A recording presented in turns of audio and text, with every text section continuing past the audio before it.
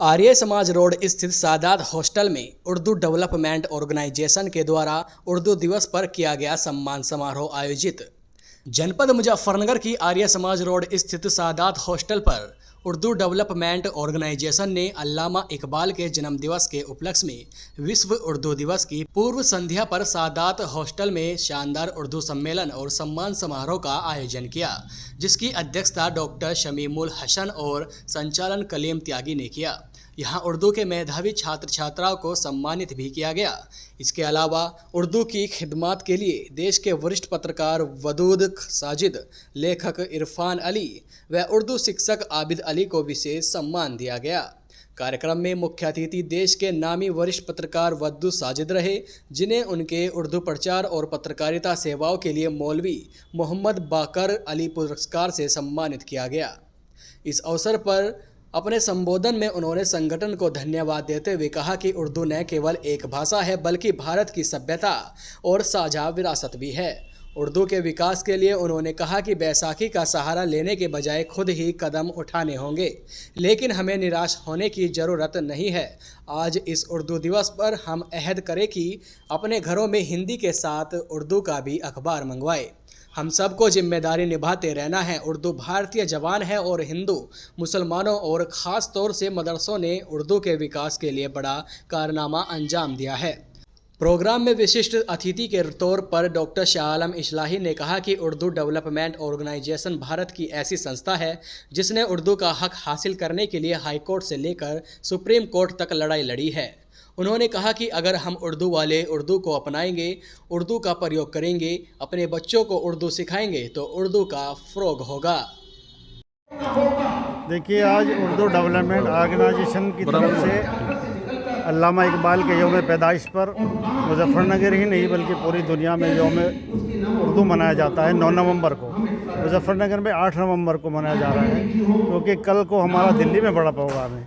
तो इस प्रोग्राम में हम उन मेधावी छात्र छात्राओं को, उन बच्चों को जिन्होंने हाई स्कूल और इंटर में उर्दू विषय में, उर्दू मजमून में अच्छे नंबर हासिल किए, उनको उर्दू के लिए प्रमोट करने के लिए कि वो बच्चे और ज़्यादा पढ़ें, उनकी हौसला अफजाई के लिए उनको यहाँ एजाज़ देते हैं, उनको सम्मानित करते हैं और उनको प्रोत्साहित करते हैं उर्दू के लिए कि आप लोग उर्दू ज़्यादा से ज़्यादा पढ़ें। क्या मैसेज देना चाहते हैं? दूसरा मेरा पैगाम ये है कि उर्दू हमारे भारत की ज़बान है।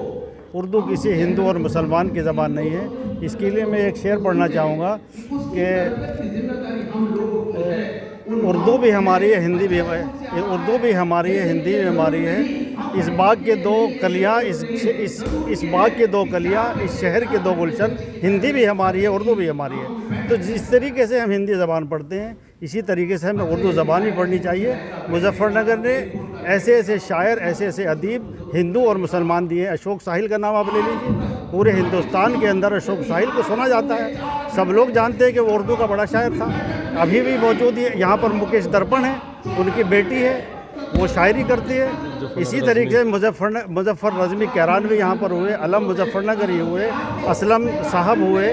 बहुत सारे उर्दू के शायर, उर्दू के अदीब, उर्दू के साहित्यकार ऐसे हुए हैं जिन्होंने इस मुजफ्फरनगर को उर्दू के लिए एक विश्वविख्यात बनाया। पूरी दुनिया में इसका नाम रोशन हुआ और हिंदू मुसलमानों ने सभी ने मिलकर उर्दू की खिदमत की है। हम यही चाहते हैं कि हम सब उर्दू पढ़ें। आपके बच्चे भी उर्दू पढ़ें, मेरे बच्चे भी उर्दू पढ़ें। आपके बच्चे हिंदी भी पढ़ें, मेरे बच्चे भी हिंदी पढ़ें। ये पूरे देश की ज़बान है, दोनों ज़बानें सगी बहनों की तरह हैं। हमारा यही पैगाम है, हर साल यही पैगाम हम देना चाहते हैं। तो आपको मालूम है कि उर्दू डेवलपमेंट ऑर्गेनाइजेशन अल्लामा इकबाल के यौम पैदाइश यानी उनकी बर्थ एनिवर्सरी पे एक प्रोग्राम कर रही है, और उसमें स्कूल के जो स्टूडेंट्स हैं जिन्होंने अच्छा परफॉर्म किया है और अच्छा स्कोर किया है, उनको ये लोग एजाज़ दे रहे हैं। क्या कहना चाहते हैं सर, क्योंकि आज उर्दू डे है, तो क्या मैसेज देना चाहते हैं? देखिए, उर्दू तो खुद अपने आप में एक मैसेज है।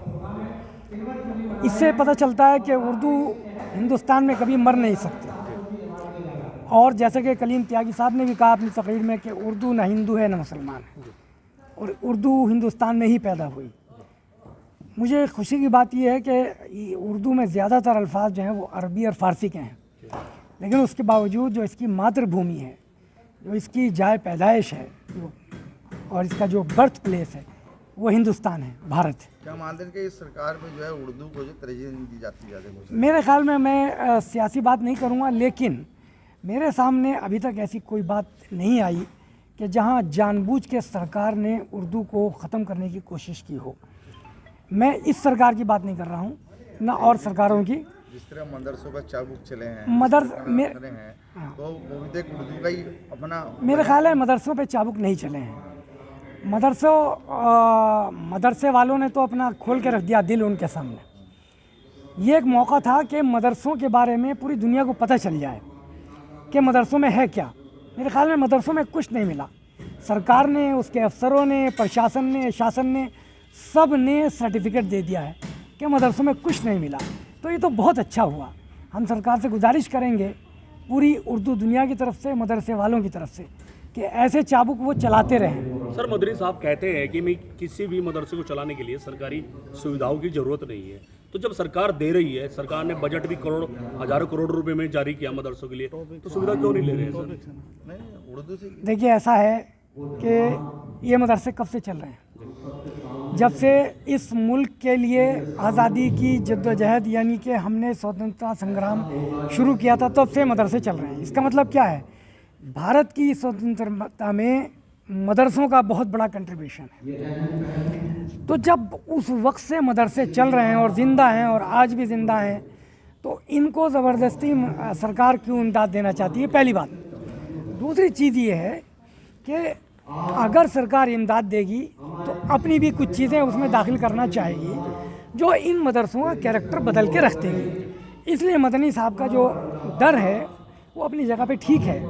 और अगर सरकार कुछ करना चाहती है तो उर्दू के स्कूल खोले, या उर्दू आबादी में स्कूल खोले, या उर्दू पढ़ने वाले बच्चों को उर्दू के टीचर दे।